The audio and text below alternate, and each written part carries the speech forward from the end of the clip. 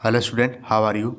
आई hope आप सभी ठीक होंगे। तो आज से हम हमारी जो सीरीज़ चल रही है मिशन 3000, उसके अंदर केमिस्ट्री सेक्शन में एसिड बेसिस एंड सॉल्ट्स का एमसीक्यू क्वेश्चन लेके हाजिर हैं। ओके बेटा स्टूडेंट, इस एमसीक्यू के क्वेश्चन को करने से पहले आप मेक श्योर हों कि आपको एसिड बेसिस एंड सॉल्ट का एक बेसिक आइडिया होना चाहिए, तभी आप इन क्वेश्चन को ज़्यादा बेहतर तरीके से कर पाओगे। ठीक है, अगर आपने पढ़ रखा है अपने स्कूल में, अपने कोचिंग सेंटर में, तो वेल एंड गुड।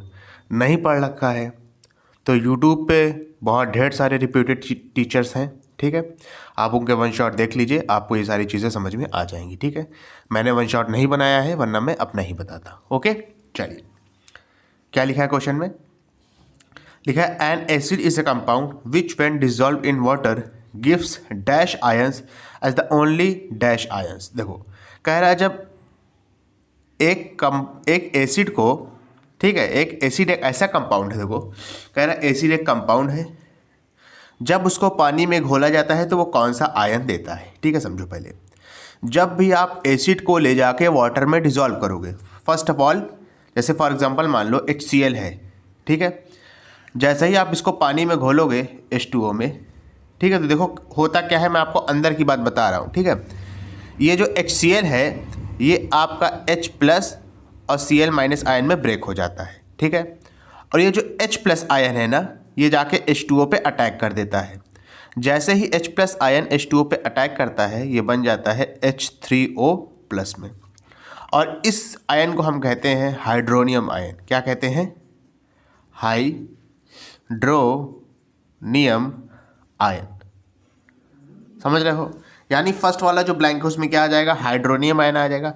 और हाइड्रोनियम आयन किस नेचर का है? देखो प्लस नेचर का है ना, यानी पॉजिटिव है। तो यानी फर्स्ट वाले ब्लैंक में हाइड्रोनियम आयन होगा, सेकंड वाले में पॉजिटिव होगा, यानी आपका ऑप्शन नंबर बी करेक्ट हो जाएगा।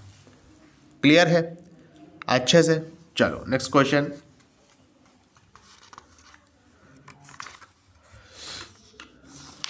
ओके, देखो क्या लिखा है। लिखा है the basicity of acetic acid is.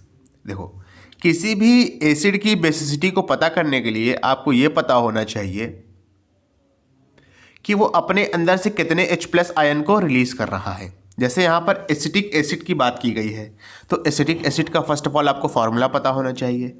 Acetic acid का फार्मूला होता है CH3C OH। ठीक है, और जब आप इसको पानी के अंदर रिलीज करते हो, तो देखो ये कैसे ब्रेक करता है। CH3COOH पहले कैसे ब्रेक करेगा? CH3COO- में और H+ में। तो इसने अपने अंदर से कितने H+ आयन निकाले हैं? एक H+ आयन निकाले हैं। तो एसिटिक एसिड की बेसिसिटी कितनी हो जाएगी? 1 हो जाएगी। ठीक है, समझ गए? चलो नेक्स्ट क्वेश्चन देखिए क्या लिखा है। लिखा है as the pH of solution decreases its acidic strength progressively dash. कह रहा है जैसे ही किसी सोल्यूशन की pH को डिक्रीज किया जाएगा, उसकी एसिडिक स्ट्रेंथ पे क्या फ़र्क पड़ेगा? वो बढ़ेगी, घटेगी, या सोल्यूशन की क्वांटिटी पे डिपेंड ही नहीं करेगी, या चेंज ही नहीं होगी। ठीक है, तो इसके लिए फर्स्ट ऑफ ऑल आपको pH स्केल का थोड़ा सा आइडिया होना चाहिए। किसका आइडिया होना चाहिए? pH स्केल का आपको थोड़ा सा आइडिया होना चाहिए। आइडिया क्या है देख लो। pH स्केल जो आपकी होती है वो 0 से लेके 14 तक की होती है, 0 से लेके 14 तक की होती है। ठीक है, 7 पर यह न्यूट्रल कहलाती है। यानी अगर कोई आपका सॉल्यूशन 7 pH दिखा रहा है, तो यानी ना तो वो एसिडिक है ना तो वो बेसिक है। ठीक है, 0 से 7 के बीच में आपका एसिडिक कहलाएगा। ठीक है, और 7 से 14 के बीच में आपका बेसिक कहलाएगा। बेसिक कह लो, ऐसी को आप एल्कलाइन भी कह लेते हो, एल्कलाइन। ठीक है, यानी समझो अगर कोई सॉल्यूशन आपका 7 pH दिखा रहा है तो वो न्यूट्रल होगा नेचर में, यानी ना तो वो एसिडिक होगा ना तो बेसिक होगा। 0 से अगर 7 के बीच में शो कर रहा है तो वो एसिडिक होगा, 7 से 14 के बीच में शो कर रहा है तो वो बेसिक होगा नेचर में। ठीक है, अच्छा फिर समझो, 0 से 7 के बीच में जितना कम pH होगा उतना ज़्यादा एसिडिक होगा। मैं यहाँ पे लिख दे रहा हूँ पॉइंट में, 0 से 7 के बीच में जितना कम pH होगा, ठीक है, उतना ही ज़्यादा आपका सोल्यूशन क्या होगा, एसिडिक होगा। ये ध्यान रखना, ये इंपॉर्टेंट है। और 7 से 14 के बीच में जितना ज़्यादा पीएच होगा उतना ही ज़्यादा आपका सोल्यूशन क्या होगा, बेसिक होगा। एसिडिक नेचर और बेसिक नेचर में थोड़ा सा फ़र्क है। एसिडिक नेचर में जितना कम पीएच होगा 0 से 7 के बीच में उतना ज़्यादा एसिडिक होगा। बेसिक नेचर में 0 से 7 के बीच में जितना ज़्यादा पीएच होगा उतना ज़्यादा बेसिक होगा और 7 पे न्यूट्रल होगा। समझ गए ना? कह रहा है उसकी एसिडिक स्ट्रेंथ बढ़ रही है, सोल्यूशन की एसिडिक स्ट्रेंथ बढ़ रही है, तो पीएच पे क्या फ़र्क पड़ेगा? पीएच जाहिर सी बात है लगातार डिक्रीज करेगी। मैंने अभी बताया 0 से 7 के बीच में जितना कम पीएच होगा उतना आपका सोल्यूशन ज़्यादा एसिडिक होगा। ठीक है, तो इट्स एसिडिक स्ट्रेंथ प्रोग्रेसिवली, अगर पीएच घट रहा है तो एसिडिक स्ट्रेंथ बढ़ेगी यानी इंक्रीज करेगी। Option number A. क्लियर है? चलो नेक्स्ट क्वेश्चन देखो क्या लिखा है। लिखा है higher the pH of a solution the more. अब देखो जितना ज़्यादा सोल्यूशन का पीएच होगा उतना ही ज़्यादा उसका बेसिक नेचर डोमिनेट करेगा। 7 से 14 के बीच में अभी बताया था जितना ज़्यादा पीएच होगा उतना ज़्यादा उसका बेसिक नेचर डोमिनेट करेगा। बेसिक नेचर को और क्या कहते थे? मैंने बताया था एल्कलाइन नेचर, यानी ऑप्शन नंबर सी आपका करेक्ट हो जाएगा। ओके, चलो नेक्स्ट क्वेश्चन देखो क्या लिखा है। लिखा है the salt of the acid HNO2 are called dash and those of the acid HNO3 are called. कह रहा है HNO2 का अगर आप सॉल्ट बनाओगे तो उसको क्या कहेंगे, और HNO3 का आप सॉल्ट बनाओगे तो उसको क्या कहेंगे। तो मेरी बात समझ लो, HNO2 के सॉल्ट को हम कहते हैं नाइट्राइट्स और HNO3 के सॉल्ट को कहते हैं हम नाइट्रेट। ये बात ध्यान रखना, ठीक है? समझे कि नहीं समझे? एक बार फिर से समझ लो।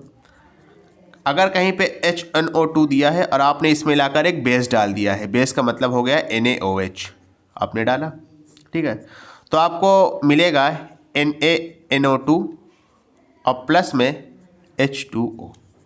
तो इसका जो नाम होगा, अच्छा ये कैसे बना है समझ रहे हो क्या? नहीं समझ रहे हो देख लो कैसे बना है, देख लो, समझ लो अच्छे से। ये Na प्लस में टूटा है NaOH और ये OH माइनस में टूटा है। ये H प्लस में टूटा है और ये NO2 माइनस में टूटा है, ठीक है। H प्लस जाके OH माइनस पर अटैक किया और Na जाके NO2 पर अटैक किया, ठीक है। ऐसे टूटता है ये चीज़ें। तो NaNO2 को आप कहोगे सोडियम नाइट्राइट। क्या कहोगे? सोडियम नाइट्राइट, ठीक है।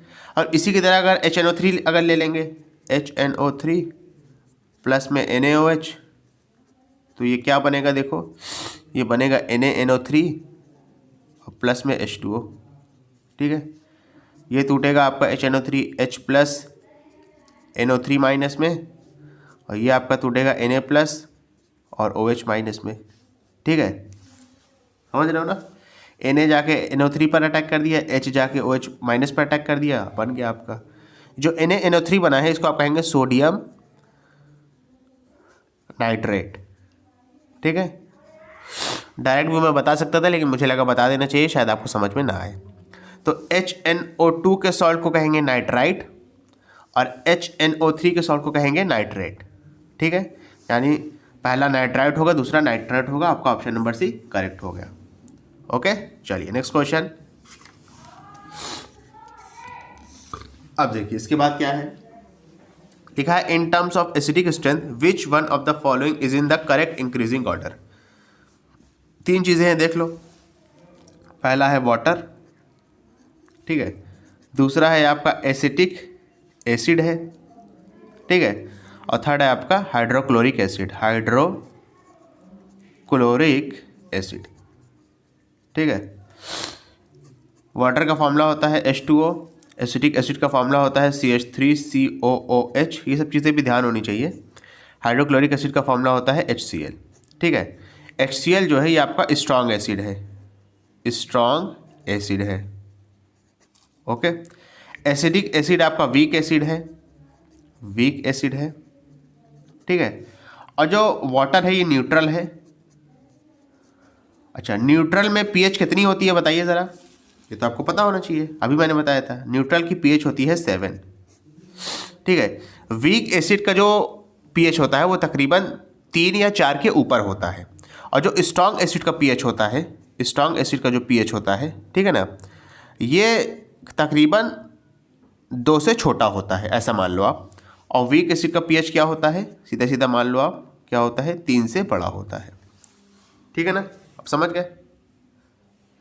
तो अब कह रहा है कि इसमें सबसे ज़्यादा पीएच किसका होगा, समझ रहे हो, सबसे ज़्यादा पीएच इसमें किसका होगा। देखो क्या लिखा है, in terms of acidic strength, sorry pH नहीं पूछ रहा है, एसिडिक स्ट्रेंथ पूछ रहा है, ध्यान रखिएगा, मुझे लगा पीएच पूछ रहा है, पीएच नहीं पूछ रहा है, पीएच भी वैसे मैंने बता दिया था।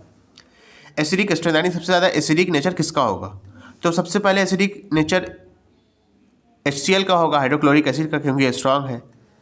फिर आपका एसिडिक एसिड का होगा क्योंकि ये वीक एसिड है, और सबसे लास्ट में वाटर का होगा क्योंकि न्यूट्रल है। ठीक है, तो HCl होगा सबसे ज़्यादा, फिर एसिडिक एसिड होगा, फिर वाटर होगा, यानी ऑप्शन नंबर ए। और अगर पीएच का पूछता तो पीएच के ऑर्डर में सबसे पहले वाटर आता, फिर एसिडिक एसिड आता और फिर हाइड्रोक्लोरिक एसिड आता। ठीक है, दोनों चीज़ें आपको बता दी, जो सा पूछता आप उस तरीके से कर सकते हो। चलिए नेक्स्ट क्वेश्चन देखिए क्या लिखा है, लिखा है मेथाइल ऑरेंज। अब देखो मेथाइल ऑरेंज आपको पता होना चाहिए पहले होता क्या है। मेथाइल ऑरेंज जो है एक एसिड बेस इंडिकेटर है, यानी किसी भी सोल्यूशन में एसिड प्रेजेंट है या बेस प्रेजेंट है हम कैसे पता लगाएंगे, तो हम इंडिकेटर की हेल्प से पता लगाते हैं। ठीक है, मेथिल ऑरेंज कलर का होता है, एक सॉल्यूशन होता है। इसको जब आप एसिडिक मीडियम में डालोगे तो ये रेड हो जाता है, यानी एसिडिक मीडियम आपका रेड हो जाता है। और जब बेसिक मीडियम में डालोगे तो बेसिक मीडियम आपका येलो हो जाता है। यानी मेथिल ऑरेंज रेड होता है एसिडिक मीडियम में, येलो होता है बेसिक मीडियम में। ऑप्शन नंबर ए आपका करेक्ट हो जाएगा। इसको आपको बेसिकली याद ही करना पड़ेगा। ठीक है, चलिए नेक्स्ट क्वेश्चन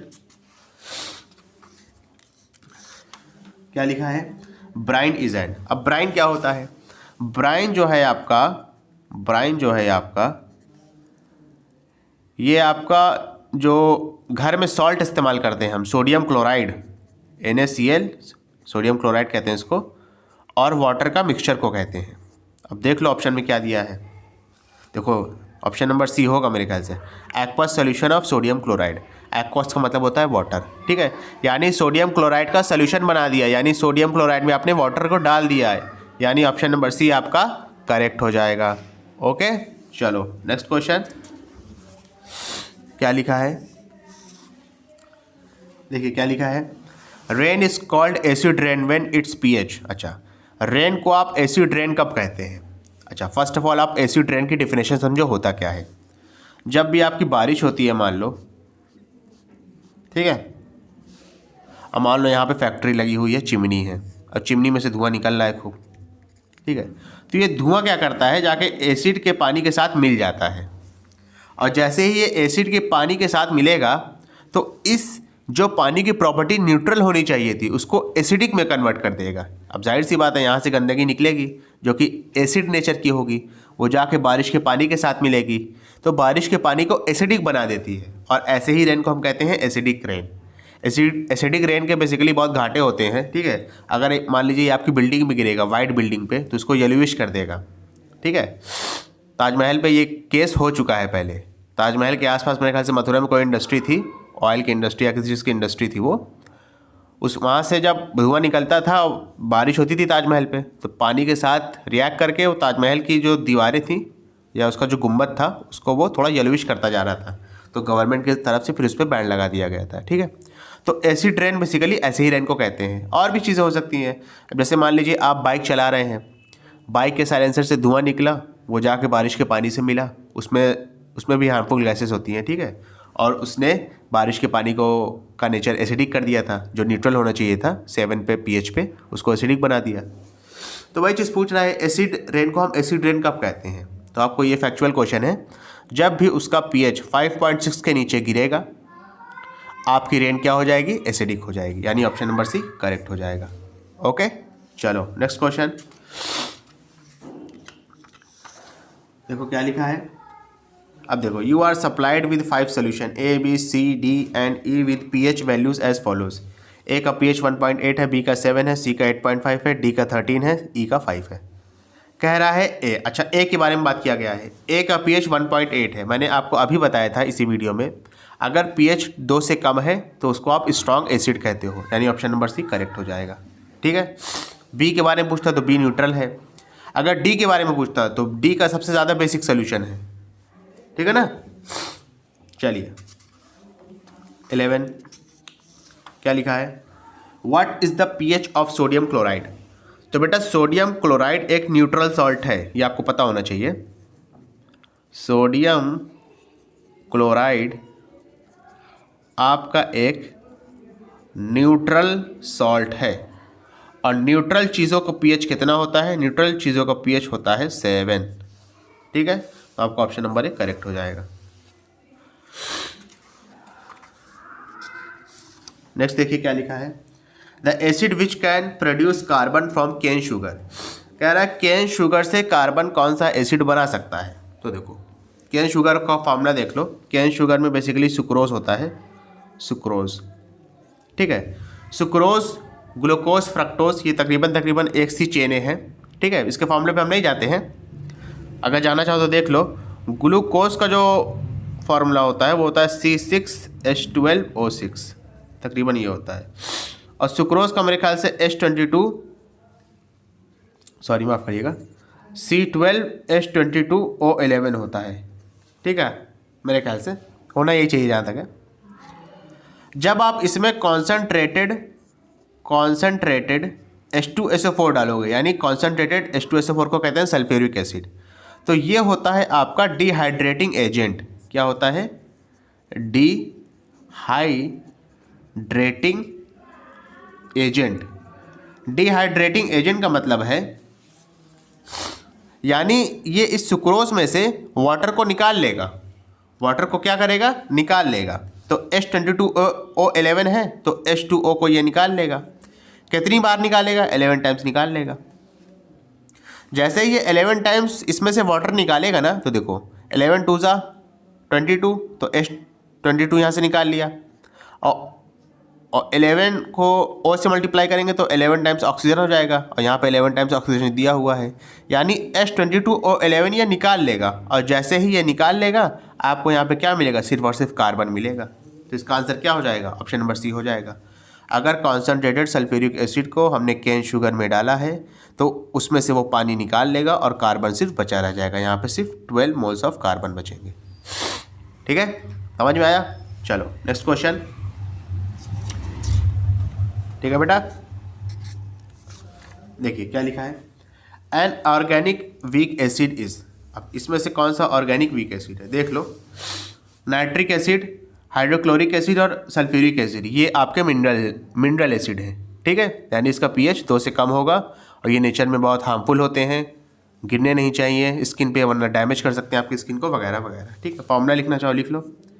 इसका HNO3 होता है नाइट्रिक एसिड का, हाइड्रोक्लोरिक एसिड का HCl होता है, और सल्फ्यूरिक एसिड का H2SO4 होता है। ठीक है, इसका मेरे ख्याल से फॉर्मिक एसिड का जो है आई थिंक सो शायद मेरे ख्याल से HCOOH होता है, शायद मेरे ख्याल से, अगर रॉन्ग होगा तो माफ़ करिएगा, मेरे ख्याल से ये होता है। ठीक है, तो इसमें से कौन सा वीक एसिड है, तो फॉर्मिक एसिड आपका वीक एसिड है, सीधा सीधा है। ठीक है, समझ में आया अच्छे से। चलो नेक्स्ट क्वेश्चन। वैसे इसको काट ही लो, क्या मतलब है, मैं कंफ्यूज हूँ, ध्यान नहीं है मुझे।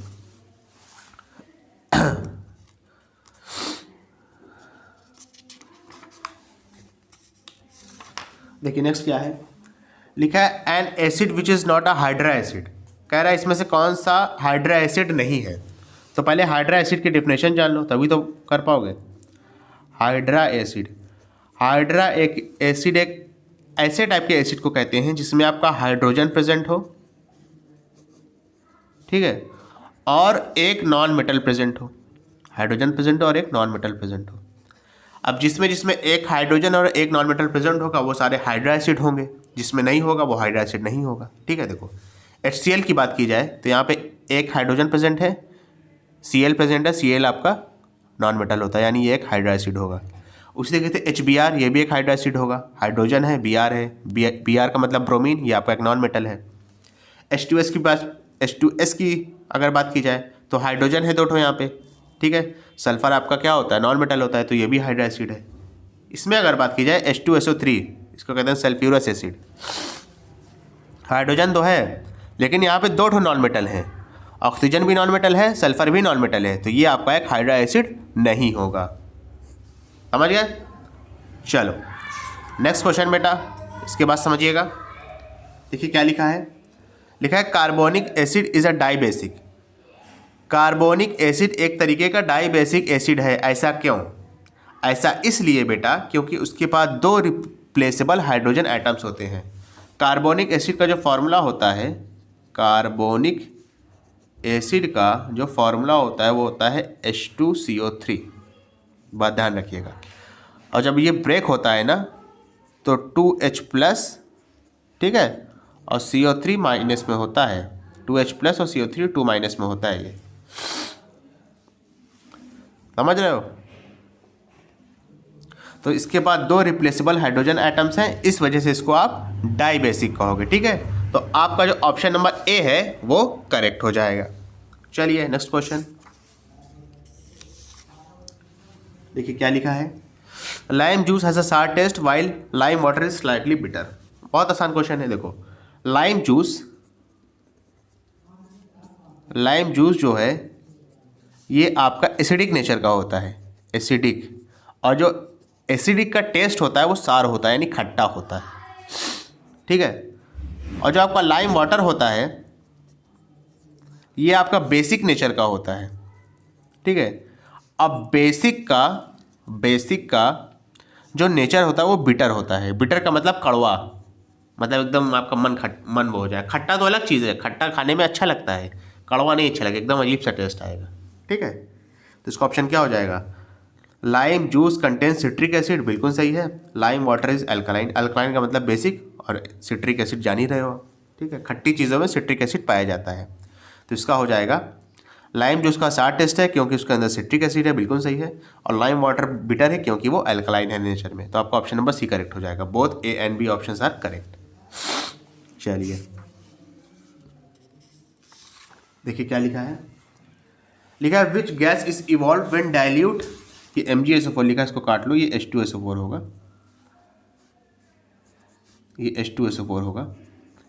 कह रहा है कौन सी गैस निकलेगी जब डाइल्यूट H2SO4 को आप रिएक्ट कराओगे active metals such as Mg, यानी अगर मैग्नीशियम और H2SO4 का रिएक्शन होगा तो कौन सा गैस निकलेगी। तो रिएक्शन करा देते हैं, पता चल जाएगा। Mg के साथ रिएक्शन कराया आपने H2SO4 का, तो यहाँ से आपको MgSO4 और प्लस में हाइड्रोजन गैस मिल जाएगी, तो आपका ऑप्शन नंबर क्या हो जाएगा? ए।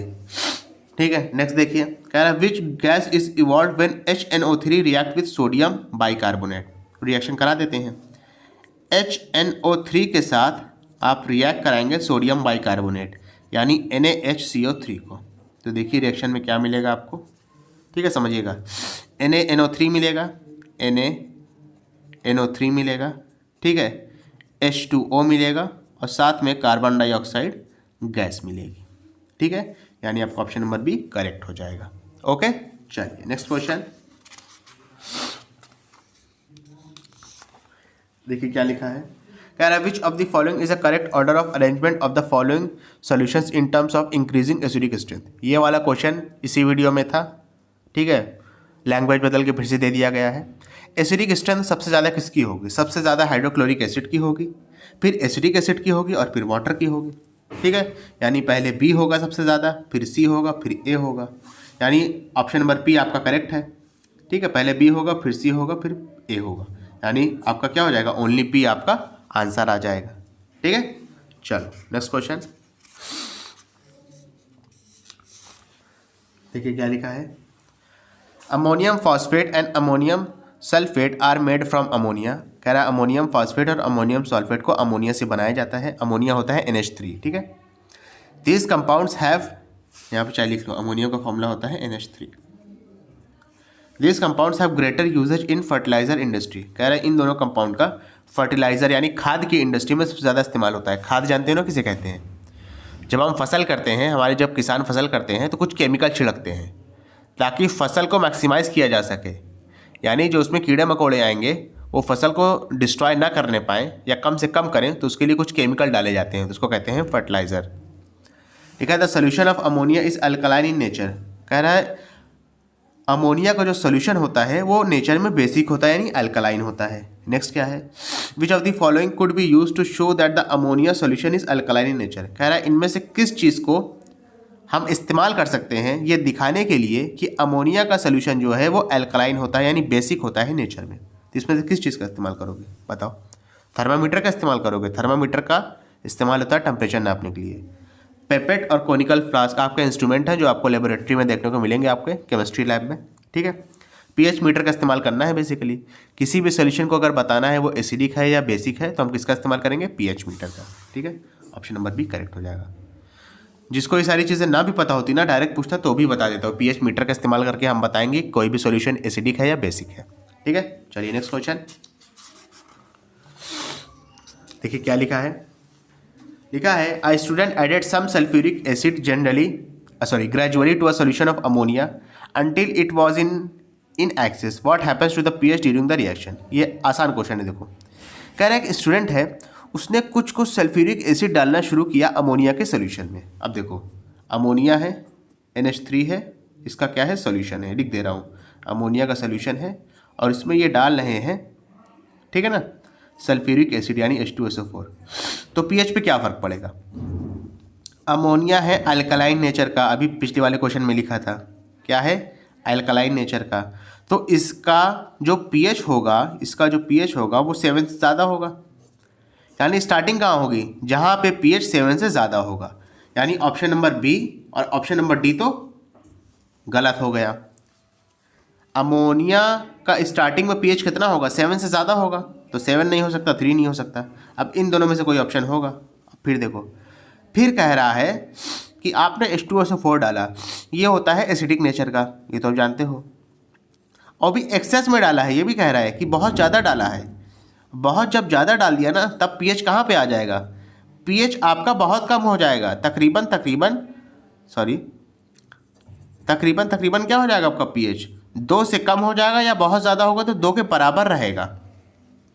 देखो सिर्फ अगर एसिडिक एसिड सिर्फ आपका ये डालता अगर सल्फ्यूरिक एसिड तो पीएच 7 से नीचे आता, लेकिन एक्सेस में डाल दिया तो तकरीबन 2 या 2 से नीचे आएगा। तो ऑप्शन देख लो, 11 से 7 जा रहा है तो ये तो नहीं हो सकता है, क्योंकि एसिड डाला है ना। एसिड अपने आप में क्या करेगा? उसको 7 से नीचे ले आएगा। तो आपका ले देखिए एक ही ऑप्शन बचा है, ऑप्शन नंबर सी। क्लियर है अच्छे से? चलो नेक्स्ट क्वेश्चन, ठीक है। देखिए रीजन एंड असर्शन टाइप है, इस टाइप के क्वेश्चन आपके एग्जाम में पूछे जाते हैं। देखो क्या लिखा है, 22 और 23 based on the options given below, ठीक है। असर्शन, अच्छा ये ऑप्शन है, assertion and reason both are correct statement and reason is the correct explanation of the assertion, ठीक है। Assertion and reason both are correct statement but reason is not the correct explanation of the assertion, ठीक है। Assertion is true, assertion true है but reason false है, assertion false है but reason true है। ये आपके 4 ऑप्शन दिए हैं, आपको स्टेटमेंट पढ़ना है, फिर आपको देखना है कि कौन सा ऑप्शन करेक्ट होगा, ठीक है। असर्शन क्या है? लिखा है solution of compound like alcohol and glucose do not show acidic character. कह रहा है अल्कोहल और ग्लूकोज एसिडिक कैरेक्टर शो नहीं करते हैं। अच्छा, कोई भी चीज़ें एसिडिक कैरेक्टर कब शो करेगी? रीज़न को हम बाद में पढ़ेंगे, पहले बताइए कोई भी चीज़ें एसिडिक कैरेक्टर कब शो करेगी? जब वो अपने अंदर से H+ आयन निकालने की क्षमता रखती होगी, सलाहियत जब उसके अंदर होगी कि वो अपने अंदर से H+ आयन को निकाल दे, तभी तो वो एसिडिक कैरेक्टर शो करेगी ना। अब रीज़न पढ़ते हैं। They do not show acidic character because they do not dissociate into ions. कह रहा है ये एसिडिक कैरेक्टर इसलिए शो नहीं करती क्योंकि ये आयंस में ब्रेक नहीं हो पाती। ये भी सही है, आयंस में अगर ब्रेक होती तो H+ निकल ही जाता, हर चीज़ में नहीं लेकिन इस केस में निकल जाता है। देखो अल्कोहल का फॉर्मूला देख लो, ठीक है। इथाइल अल्कोहल लिख रहा हूँ, C2H5OH, ठीक है। और ग्लूकोज होता है C6H12O6। ये दोनों आयंस में टूट ही नहीं पाते। जब आयंस में टूटेंगे नहीं तो एसिडिक कैरेक्टर शो नहीं कर सकते, ठीक है। यानी आपका असर्शन भी ट्रू है, रीज़न भी ट्रू है, ठीक है। और जो है रीज़न जो है वो असर्शन को करेक्टली एक्सप्लेन भी कर रहा है, समझ रहे हो अच्छे से? तो इन दोनों के लिए कौन सा ऑप्शन करेक्ट हो जाएगा? ऑप्शन नंबर ए, ये वाला। असर्शन भी ट्रू है, रीज़न भी ट्रू है, और रीज़न जो है वो असर्शन को करेक्टली एक्सप्लेन कर रहा है, समझ रहे हो अच्छे से? चलिए इसके बाद अपना नेक्स्ट क्वेश्चन करेंगे, समझिएगा। देखिए क्या लिखा है assertion tap water conduct electricity but distil water does not conduct electricity. कह रहा है टैप वाटर इलेक्ट्रिसिटी को कंडक्ट करता है, लेकिन जो डिस्टिल वाटर होता है यानी जो आपके इन्वर्टर की बैटरी में पानी होता है जिसका pH एग्जैक्ट 7 के बराबर होता है, वो एसिड को इलेक्ट्रिसिटी को कंडक्ट नहीं करता है। इसका रीज़न क्या है? इसका रीज़न सीधा सीधा यही है बेटा कि कोई भी चीज़ इलेक्ट्रिसिटी को कंडक्ट तभी करेगी जब वो आयंस में ब्रेक हो पाएगी, क्योंकि इलेक्ट्रिसिटी को फ्लो करने के लिए फ्री इलेक्ट्रॉन की ज़रूरत पड़ती है, और फ्री इलेक्ट्रॉन तभी होंगे जब कोई भी चीज़ आयंस में ब्रेक होगी। ठीक है, तो tap water conduct electricity but distil water does not conduct electricity. इसका रीज़न क्या है? Tap water conduct electricity as it contains ions. बिल्कुल, टैप वाटर के अंदर आयंस होते हैं, ठीक है, मिनरल्स के आयंस हो जाते हैं। Where is distil water does not contains ions, और डिस्टिल वाटर के अंदर आयंस नहीं होते हैं। ये बिल्कुल सही बात है। तो इसका भी ऑप्शन क्या हो जाएगा? Option number A. समझ रहे हो? यानी असर्शन भी ट्रू है, रीज़न भी ट्रू है, और रीज़न जो है वो असर्शन को करेक्टली तौर पे एक्सप्लेन कर रहा है। ठीक है, कोई भी चीज़ इलेक्ट्रिसिटी कब कंडक्ट करती है? जब वो आयंस में ब्रेक होगी। आयंस में ब्रेक होगी तो उसके बाद आएगा फ्री इलेक्ट्रॉन, और वही फ्री इलेक्ट्रॉन जब घूमने लगता है तो एक फील्ड बना लेता है जिसको आप कहते हैं इलेक्ट्रिक फील्ड, या जिसको आप कहते हैं इलेक्ट्रिसिटी। क्लियर है बेटा? अच्छे से स्टूडेंट, अगर आपको वीडियो पसंद है तो इसको लाइक करें, कमेंट करें, शेयर करें। अगर आप ये तीनों चीज़ें करते हैं वेल एंड गुड, नहीं करते हैं तो भी मुझे बहुत ज़्यादा फर्क नहीं पड़ेगा, क्योंकि बहुत ज़्यादा व्यूज़ आ नहीं रहे हैं अभी तक फ़िलहाल। आप फिर भी कोशिश करिए कि जो बच्चे सिंसियरली तैयारी कर रहे हैं उन तक ये वीडियो पहुँचे, ताकि एग्जामिनेशन पॉइंट ऑफ व्यू से उनकी हेल्प हो सके। ओके बेटा, थैंक यू।